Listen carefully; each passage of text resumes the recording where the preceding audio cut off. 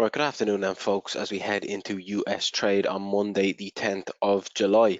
We'll start with the headlines, flick across to the grid, jump across to the calendar and some charts now in a minute once we get around to it. But the talk of markets this morning is the inflation figures out of China. Now, with Chinese prices then or showing a disinflationary environment, if China continues to show a disinflationary environment, that's likely to have repercussions for the rest of the world. Obviously, a lot of things are made in China, and China makes for 40% of global oil demand, and if if there's a lack of demand for things like oil, and they're a massive commodity consumer, if they do continue to suffer with a disinflationary environment, that is likely to in terms of being, that's like the export itself kind of across the globe. So if China continues to be put under a disinflationary environment, that will contribute to inflation or a disinflationary environment across the globe, which is something we definitely do need to keep an eye on, especially when it comes into US CPI a little bit later on in the week on Wednesday. But apart from that, really there's not a lot else out of note. You can see across all of these different articles, they're all just speaking about China and worries of an economic slowdown and all this sort of stuff, which kind of contributes to that kind of way of thinking, which we saw on Friday. You can see data showing U.S. job gains were the smallest in 2.5 years. Right, a slowing labor market in the US will also contribute to those disinflationary fears. And now are we starting to enter into a period of time where disinflation then becomes the talk of the town? Markets or inflation was holding steady across much of the major economies, but certainly these central banks seem to suggest the second half of this year is when that would begin to change. And now we are into the second half of the year in July. That is likely to be a theme going forward for the rest of the year. So that brings US CPI on Wednesday ever more into focus. We'll come across to the grid and we'll have a look where we're pretty mixed across the major asset classes. You can see equity futures now slightly positive across Europe, flat against across the US, and a little bit mixed across Asia Pacific. But that's not unreasonable. It's not unsurprising due to the heavy selling we had across global stock indexes last week.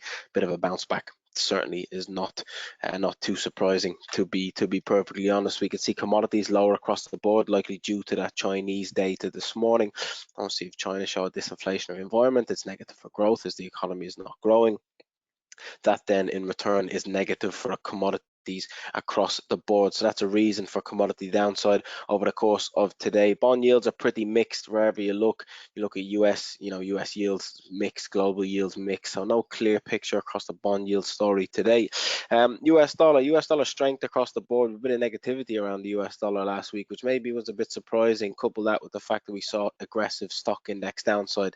The fact the US dollar is having a bit of a bounce back today again is not too strange. We can see Aussie, the Australian dollar lower across the board, obviously linked to the Chinese economy. They're a large exporter to China, so if the Chinese economy struggles, well then the Australian economy then struggles with it as well. So that's absolutely no surprise that the Australian dollar is pretty weak across the board against the rest of the GA currencies, and maybe that is a theme across the rest of the week, especially if we continue to get US dollar strength.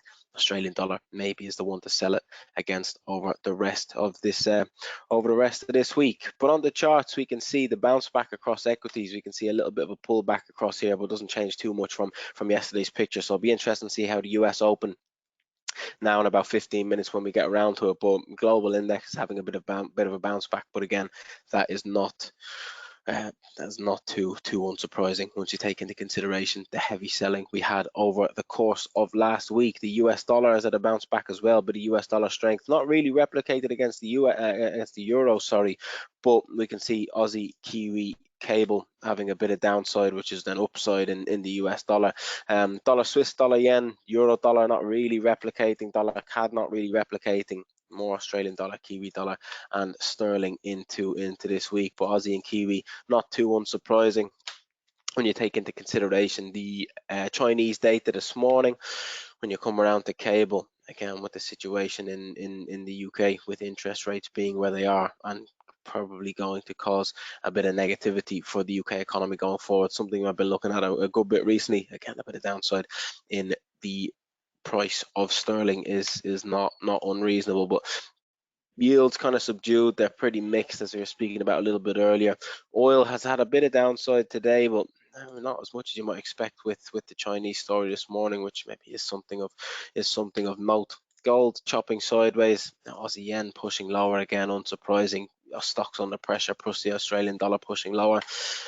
That's again not too surprising. CAD yen kind of chopping sideways, so not clear strength in the Japanese yen. Really just an Australian dollar move that we have been speaking about. But again, no high impact data out over the course of this afternoon. We have a bunch of speeches from a bunch of Fed officials, which we'll obviously keep an eye on over the course of today. What they say obviously remains to be seen. Do they make some comments on that CPI print on Wednesday? Obviously, we'll have to see what they have to say for themselves. But in terms of the economic calendar, pretty quiet afternoon ahead.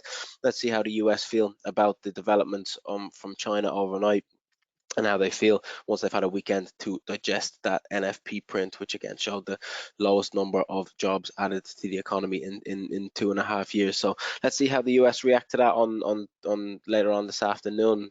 Again, not really much drivers apart from that Chinese inflation this morning. You can see the yearly print 0% over the last year, monthly print having pulled back slightly over the course of this morning. But relatively quiet start of the week, but that will pick up as we get into Tuesday and Wednesday specifically, that the CPI print from the US, as well as the Bank of Canada with their interest rate decision. But we'll update on that a little bit further on into the week. But as of now, pretty quiet start to the week. Chinese inflation this morning causing or causing markets to be slightly subdued into US trading today. Let's see how the US react to that when we open for trading in 10 or 15 minutes.